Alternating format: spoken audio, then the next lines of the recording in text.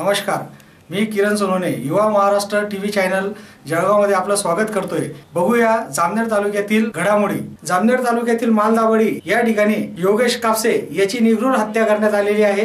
त्या संदर्भातले सविस्तर एक युवा महाराष्ट्राने बनवलेला रिपोर्ट। काल रात्री योगेश कापसे याची जी हत्या झाली त्याच्या संदर्भामध्ये या ठिकाणी सरकारी दवाखाना, पोलीस स्टेशनला नातेवाईक व गावातील इतर मंडळी आलेली आहे। त्यांच्या प्रतिक्रिया आपण या ठिकाणी जाणून घेऊया।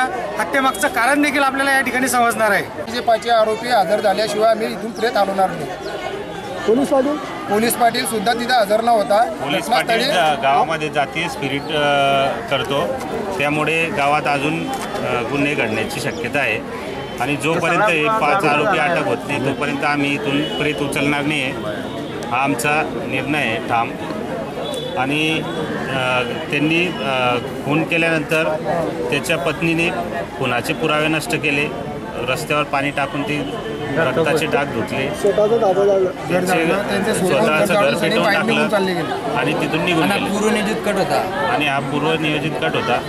हा पोरगा 10 लोकांना आवरला जाणार नव्हता, पण त्यांनी पूर्ण प्लॅनिंग करून 5 ते 7 लोकांनी मिळून त्याच्या डोक्यावर वार केला, कुऱ्हाडीने पोटात त्याच्या चाकूने वार केले आणि त्याला मारलं। या ठिकाणी अजून पुन्हा पोलीस प्रशासनावरती दारू बंद असताना देखील दारू धाब्यावर चालू कशी काय नागरिकांमधनं विचारलं जात आहे। नंतर जोपर्यंत 5 आरोपींना अटक होत नाही तोपर्यंत या ठिकाणावरून डेड बॉडी घेऊन जाणार नाही असं नातेवाईकांचं म्हणणं आहे। माझा भाऊ मी फोन करून बोलवलं होतं, आई मेंटल झाली होती, दवाखान्यात भरती करायसाठी 2 दिवस झाले आला होता।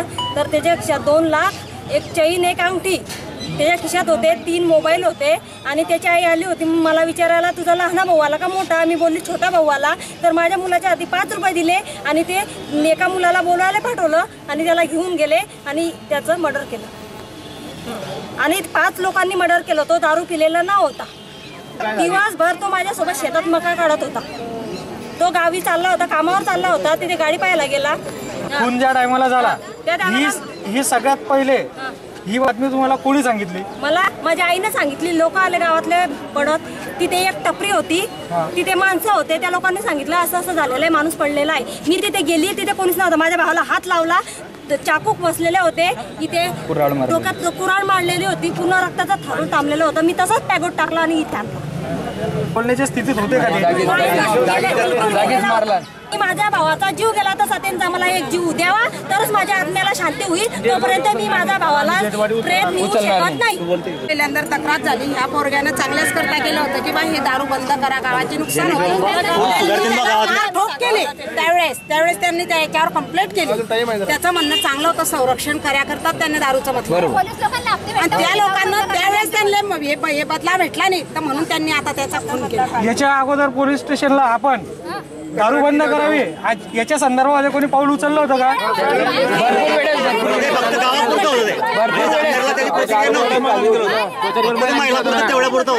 बचत गटाच्या पूर्ण बायानं गावामध्ये पहिले दारू बंद केली होती। हे दादागिरी करल्यामुळे यांना दारूचा धंदा चालू केला। त्यांनी मर्डर करून त्यांच्या घराला पोलीस प्रोटेक्शन द्यावं, ही कोणती भूमिका आहे त्याच्या मागचं कारण आम्हाला कळावं। आणि ते 5 आरोपी अटकेत आल्याशिवाय आम्ही इथून डेड बॉडी हलवणार नाही, आणि महिला सुद्धा।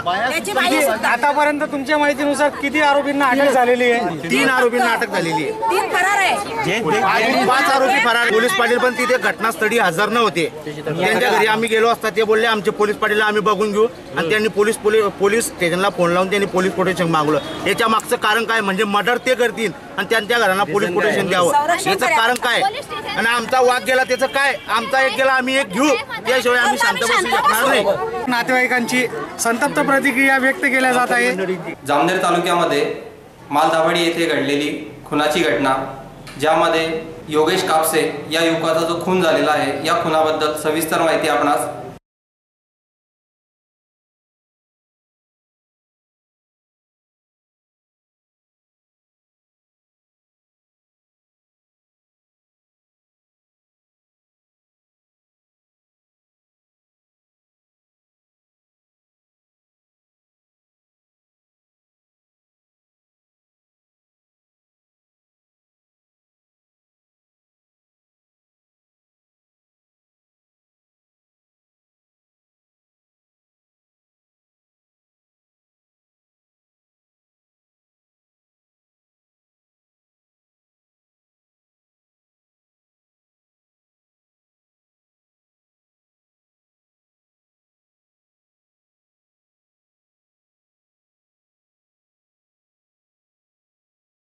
ही घटना घडल्यानंतर आरोपी हे गाव सोडून पळून गेलेले होते.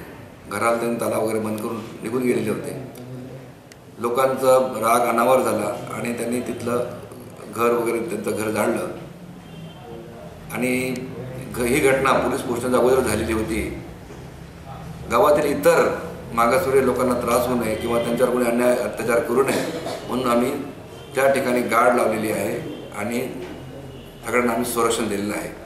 कोणताही अनुचित प्रकार घडणार नाही याची आम्ही खबरदारी घेत आहोत. पाचोरा विभागाचे SDPO गावित साहेब घटनास्थळाबद्दलची आपल्याला माहिती सांगतील व बंदोबस्त कशा पद्धतीने लावण्यात आलेला आहे त्याबद्दलची देखील ते आपल्याला माहिती देतील.